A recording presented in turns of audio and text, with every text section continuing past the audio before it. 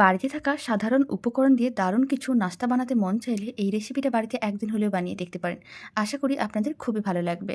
আর খুবই কম উপকরণ কম সময়ে বানানো যাবে। প্রথমে দুটো কাঁচা আলু নিয়েছিলাম, খোসাটা ছাড়িয়ে ভালো করে ধুয়ে নিয়েছিলাম। এবার একটা গ্রেটার নিয়েছি, গ্রেটারের সাহায্যে আলু দুটোকে ভালো করে গ্রেট করে নিতে হবে। দুটো আলুকেই গ্রেটারে গ্রেট করে নিয়েছিলাম। এবার বেশ কিছুটা পরিমাণ জল নিয়েছি একটা মিক্সিং বোলের মধ্যে। তার মধ্যে দিয়ে দিচ্ছি গ্রেট করা আলু। এতে কি হবে, আলুর মধ্যে কিন্তু একটা কালচে ভাব চলে আসে। তাই জলের মধ্যে দিয়ে দিলে আলুর মধ্যে আর কোনো রকম কালচে ভাব থাকে না। এইভাবেই জল দিয়ে ২-৩ বার ভালো করে ধুয়ে নিতে হবে। এইভাবে কিন্তু ২-৩ বার জল দিয়ে ধুয়ে নিয়েছিলাম, তারপর জলটা ফেলে দিয়েছি। এখন মিক্সিং বোলের মধ্যে গ্রেট করা আলুটাই রেখেছি। এবার এক সাইডে রেখে দিতে হবে। কড়াইয়ের মধ্যে দিতে হবে অল্প করে একটু সাদা তেল। তেল যখন গরম হয়ে যাবে, এবার এর মধ্যে দিতে হবে অল্প একটু কালো জিরে। কালো জিরেটাকে হালকা করে একটু ভেজে নিতে হবে। তারপরে এর মধ্যে দিয়ে দিতে হবে কারি পাতা। অল্প একটু কুচনো কারি পাতা দিয়ে দিলাম, আর আমি দিয়ে দিচ্ছি গ্রেট করে রাখা আলু।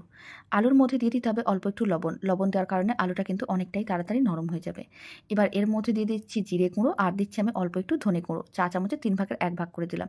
সমস্ত কিছু একসঙ্গে ভালো করে মিশিয়ে নিতে হবে। আর যখন সমস্ত কিছু একসঙ্গে ভালো করে মেশানো হয়ে যাবে, অল্প করে একটু হলুদ গুঁড়ো দিতে হবে।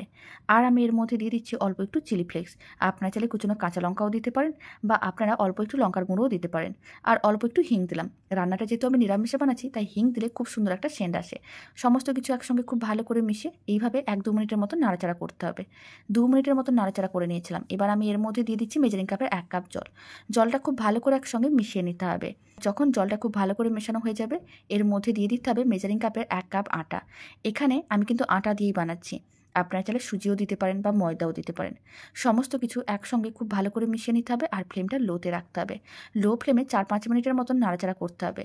যখনই দেখতে পাবেন মিশ্রণটা ঠিক এরকম একটা ডোয়ে পরিণত হয়ে গেছে, তার মানে বুঝে নিতে হবে ডোটা একেবারেই রেডি। এবার ফ্লেমটা অফ করে দিতে হবে। তারপর একটা প্লেটে নামিয়ে ঠান্ডা করে নিতে হবে। হালকা গরম থাকবে, এই অবস্থায় কিছুটা করে মিশ্রণ হাতের মুঠোর মধ্যে নিতে হবে। আর গোল বলের মতন করে বানিয়ে প্রেস করে চ্যাপটা করতে হবে।